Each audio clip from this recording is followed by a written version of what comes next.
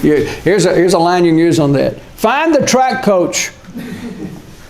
I used that. It was a great line. I got all kind of notes and stuff. I was like, oh, it was awesome. I said, we found a hurdler, maybe a high jumper, but we found one.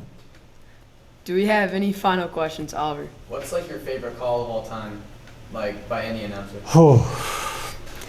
Oh man. Well, let me take maybe more than, can I do more than one if it's possible?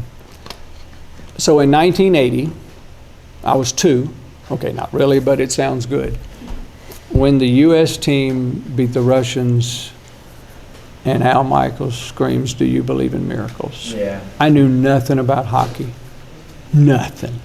But we watched, and I was captivated. And that line is just so great. Do you believe in miracles? Because it was. They had no chance to beat the Russians. And everybody forgets that was just the semifinal game. They still had a final game to play before they won the gold medal. I mean, it was just crazy. And I met Jim Craig, the goalie, who is just a sensational guy. And he told us some stories that I thought were just wonderful. That has to be one of my favorite calls. And I loved to listen to the guys doing horse racing. Really? Yeah, because I'm going to tell you why. Some of my favorite words in sports, and now that it's gone, I think ABC had it at that time, and it's gone to NBC now. Down the stretch they come. Because they make that turn, and especially in the Kentucky Derby, and Secretariat winning the Triple Crown like Secretariat did, and you're hearing, and down the stretch. There's something about those words for me that just, because you got thousands and thousands of people there watching that horse race, which is really cool. So what I'm trying to tell you is that there's so many pieces of different places and different things. You know, a young lady that I know that got a bronze medal in the Olympic Games in 100-meter hurdles. Her name's Kelly Wells. The track at James River is named after her. And to hear the call of that race, and I don't remember who was on the call, but Kelly Wells is 3rd from the U.S. It's pretty cool when it's folks that you know.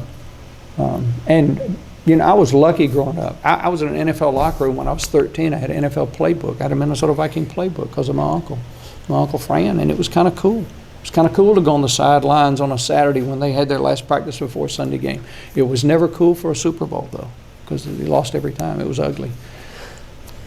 But that's kind of cool. So my perspective is different. And, you know, when I went into locker rooms after growing up around them, it was just cool to be in a locker room. But I'd never got starred, you know, oh, starry eyes, because I'd been in, I'd grown up around it. And so it really was different. And I think those guys knew that I wasn't going to go in there and be starry. I was going to go in there and try to give them the best interview so they could look the best that they could. It's kind of sweet when somebody comes back and tells you years later, Ben Wallace told me this, I didn't know this. He said, you know, you were the first person to ever interview me on television. I said, how did you remember that? He said, I can't forget it. He said, because you took care of me.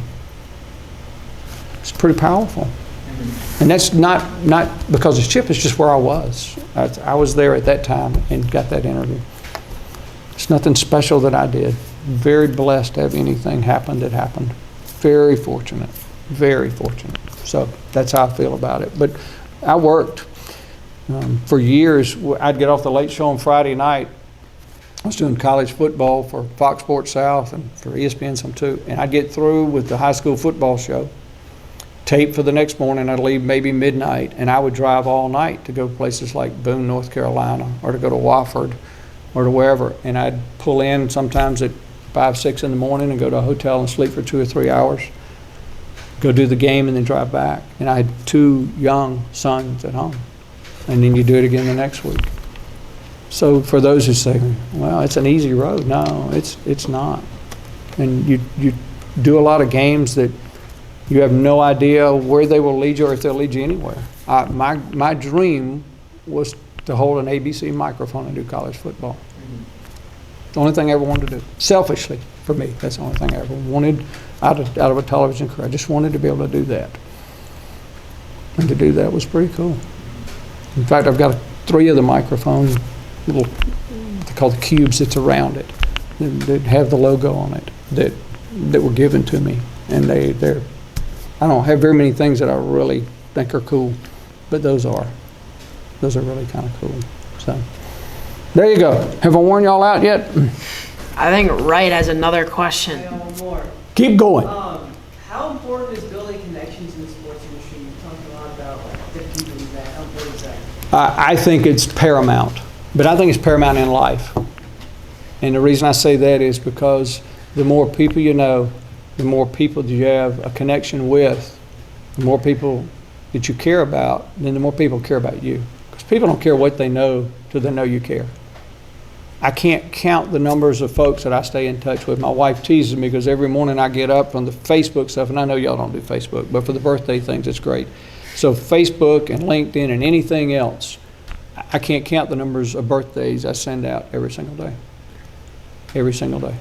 Whatever the number is, I send out. And my wife has teased me first. She goes, oh my gosh, you stay connected to everyone. And the age doesn't matter. A lot of my son's friends stay in touch with me, which makes me feel great. But I truly care about people.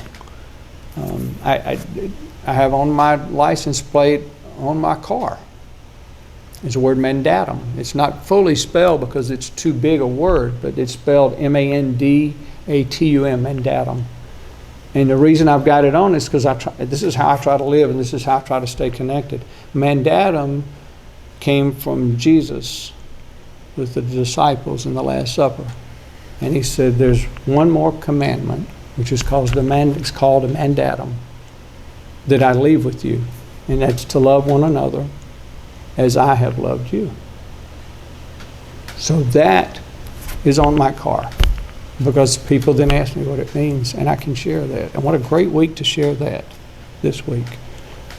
So that's how that's what I've tried to do with Chip. I've tried to love everybody, and I think that comes back, because people want to love you. They really do. And that's why I've been lucky. I stay in touch with everybody that'll stay in touch with me that I've worked with over the years. And that's fun. The guy I worked in Nashville sent some video the other day of promos that ran in 1988. I couldn't believe it. And there's a part of it in the video. I'm with Vanna White. Y'all know who Vanna White is from Wheel of Fortune? Everybody's looking at me blank. That show's been around forever, but she came to town, and I went and did the interview with her, and it was great, and that was a lot of fun. And it was kind of funny because I didn't know there was any of the video. I don't remember that promo at all. So there you go. Wow. I think that'll conclude the interview. Thank you so much for doing this with me. Absolutely. I really appreciate it. You did a great job, too. Good questions. Thank you so Outstanding. much. Good job. Thank you. Outstanding.